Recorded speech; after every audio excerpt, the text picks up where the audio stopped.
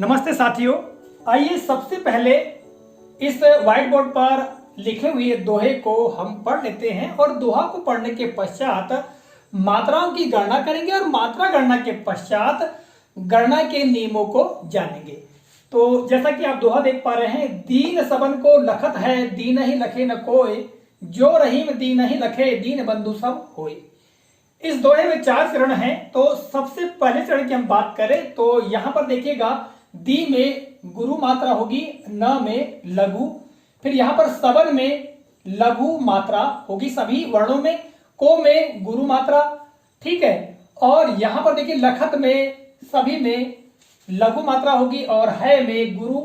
इसी तरह से दी नहीं में दी में गुरु, न में लघु और ही में लघु, लखय में ल में लघु, खय में गुरु मात्रा और न में लघु और को में गुरु और या में लघु, ठीक है। इस तरह से 2 चरणों की मात्राओं की गणना हमने कर लिया। अब तीसरे चरण में हम चलते हैं तो देखिएगा, जो में गुरु और यहां पर रही में र में लघु और ही में गुरु, म में लघु, दी नहीं में दी में गुरु, न में लघु और ही में लघु, लखय में ल में लघु और खय में गुरु। इसी तरह से दीन बंधु में दी में गुरु और न में लघु, ब यहां पर साथियों ब में गुरु मात्रा होगी, क्योंकि इसका एक नियम है कि जब भी किसी वर्ण के बाद में संयुक्त अक्षर आता है तो उस संयुक्त अक्षर के पूर्व वाला जो वर्ण है वो गुरु हो जाता है और यहां पर आ जाएगा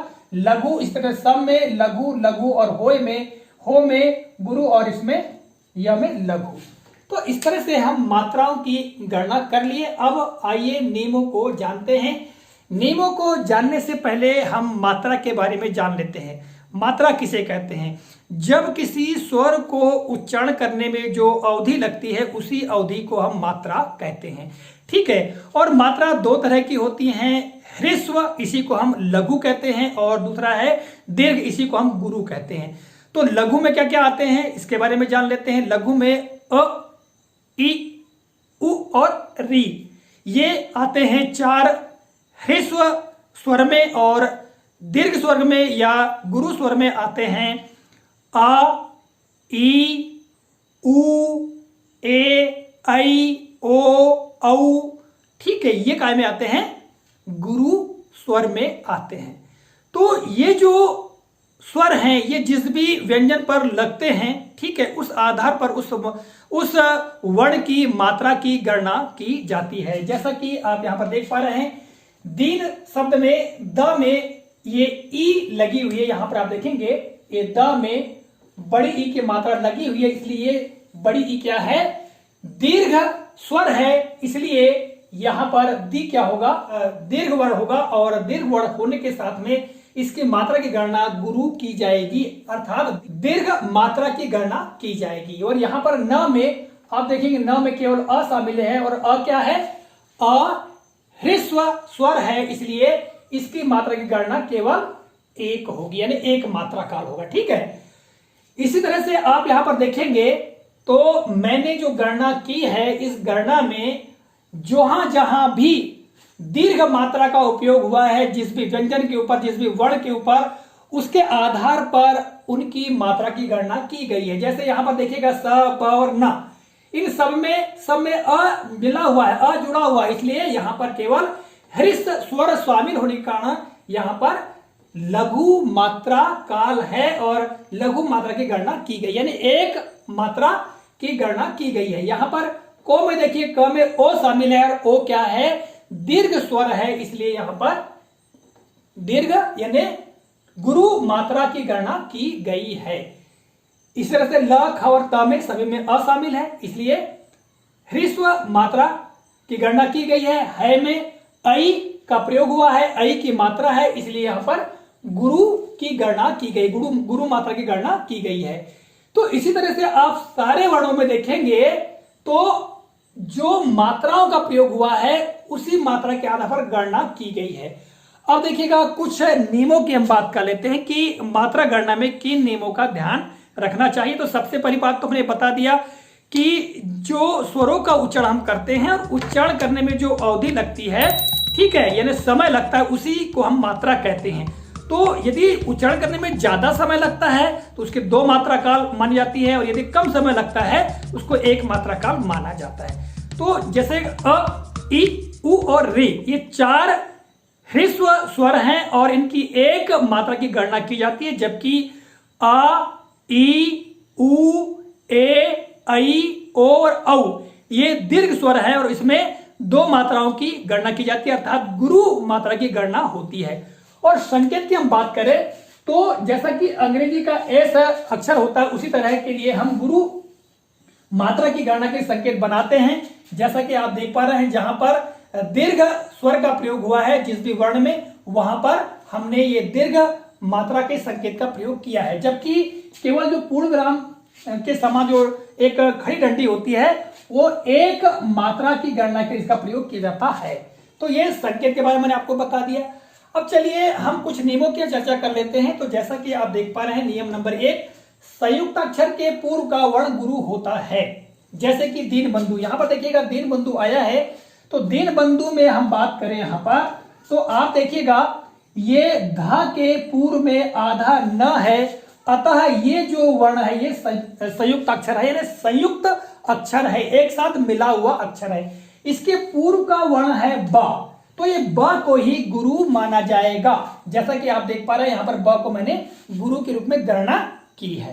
तो ये पहला नियम है, और इसी नियम में हमारे बहुत सारे विद्यार्थीगण या साथी चूक कर लेते हैं, गलती कर लेते हैं। तो आपको ये बात ध्यान रखना है कि जहां पर भी संयुक्त अक्षर का प्रयोग हो उसके पूर्व का जो वर्ण है वो गुरु माना जाता है। अब आपके मन में एक प्रश्न आएगा कि यदि यहां पर बड़ों की मात्रा हो जाए, यानी ये दीर्घ हो जाए, संयुक्त अक्षर में दीर्घ मात्रा का प्रयोग हुआ, तो इसके पूर्व का ये तो गुरु हो गई, ये भी गुरु हो जाएगा। ठीक है, इसके पश्चात दूसरा नियम देखिएगा, अनुस्वार युक्त ह्रस्व वर्ण दीर्घ यानी गुरु माना जाता है।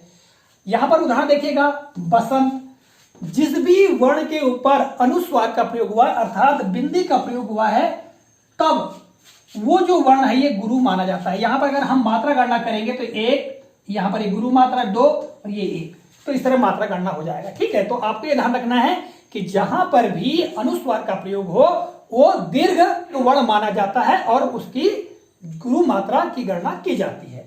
तीसरा नियम है कि विसर्ग युक्त ह्रस्व वर्ण गुरु दीर्घ माना जाता है। जहां कहीं भी विसर्ग का प्रयोग किया जाए, ठीक है, जिस भी वर्ण में विसर्ग का प्रयोग हो उसको गुरु माना जाता है। जैसे कि आप देखिएगा यहां पर नमः, तो नमः में यहां पर म में विसर्ग का प्रयोग हुआ है, तो इसकी मात्रा गणना न के लिए ह्रस्व मात्रा यानी लघु मात्रा और मह के लिए यहां पर ये गुरु मात्रा। तो इस तरह से मात्रा गणना करेंगे।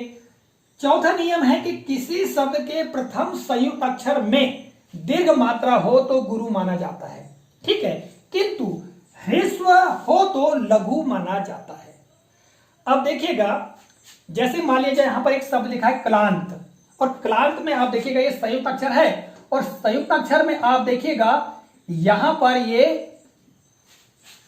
गुरु दीर्घ मात्रा का प्रयोग किया गया है। तो दीर्घ मात्रा का प्रयोग किया गया है तो इसको हम क्या करेंगे, इसको गुरु मानेंगे। किंतु प्रथम संयुक्त अक्षर में यदि ह्रस्व वर्ण ही है, जैसे आप देख पा रहे हैं ये त, तो ये क्या माना जाएगा, लघु माना जाएगा। तो इसकी गणना कैसे होगी आप देख लीजिएगा, ये गुरु और लघु, इसके पश्चात इसमें देखिएगा ये लघु लघु, क्योंकि ये है ह्रस्व वर्ण है यहां पर। ठीक है, आप देख पा रहे हैं, इसलिए यहां पर ये लघु मात्रा का प्रयोग होगा और लघु मात्रा की ही गणना होगी। ठीक है, पांचवा नियम क्या है देखिएगा, यदि संयुक्त वर्ण के पहले का वर्ण स्वयं दीर्घ हो तो वह गुरु ही होगा, उस पर कोई प्रभाव नहीं पड़ेगा।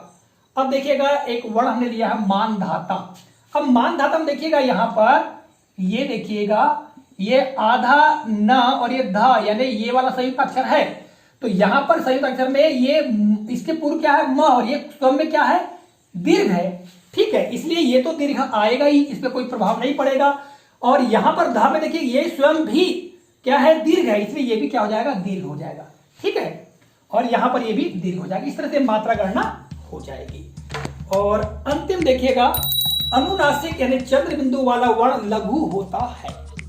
जैसे कि यहां पर देखिएगा हंस, और हंस में यहां चंद्र बिंदु का प्रयोग हुआ है, तो ये जो है ये ह्रस्व भी माना जाएगा, इसकी मात्रा गणना इस प्रकार से की जाएगी। ठीक है, तो इस तरह से ये कुछ नियम है, इन नियमों का हमको ध्यान रखना चाहिए। यदि हम ध्यान रखते हैं तो निश्चित तौर से मात्रा गणना में हमसे कभी भी त्रुटि नहीं होती है। आशा करता हूं आज का यह वीडियो आपको काफी उपयोगी और मजेदार लगा होगा। मिलेंगे अगले कालखंड में, तब तक के लिए जय हिंद।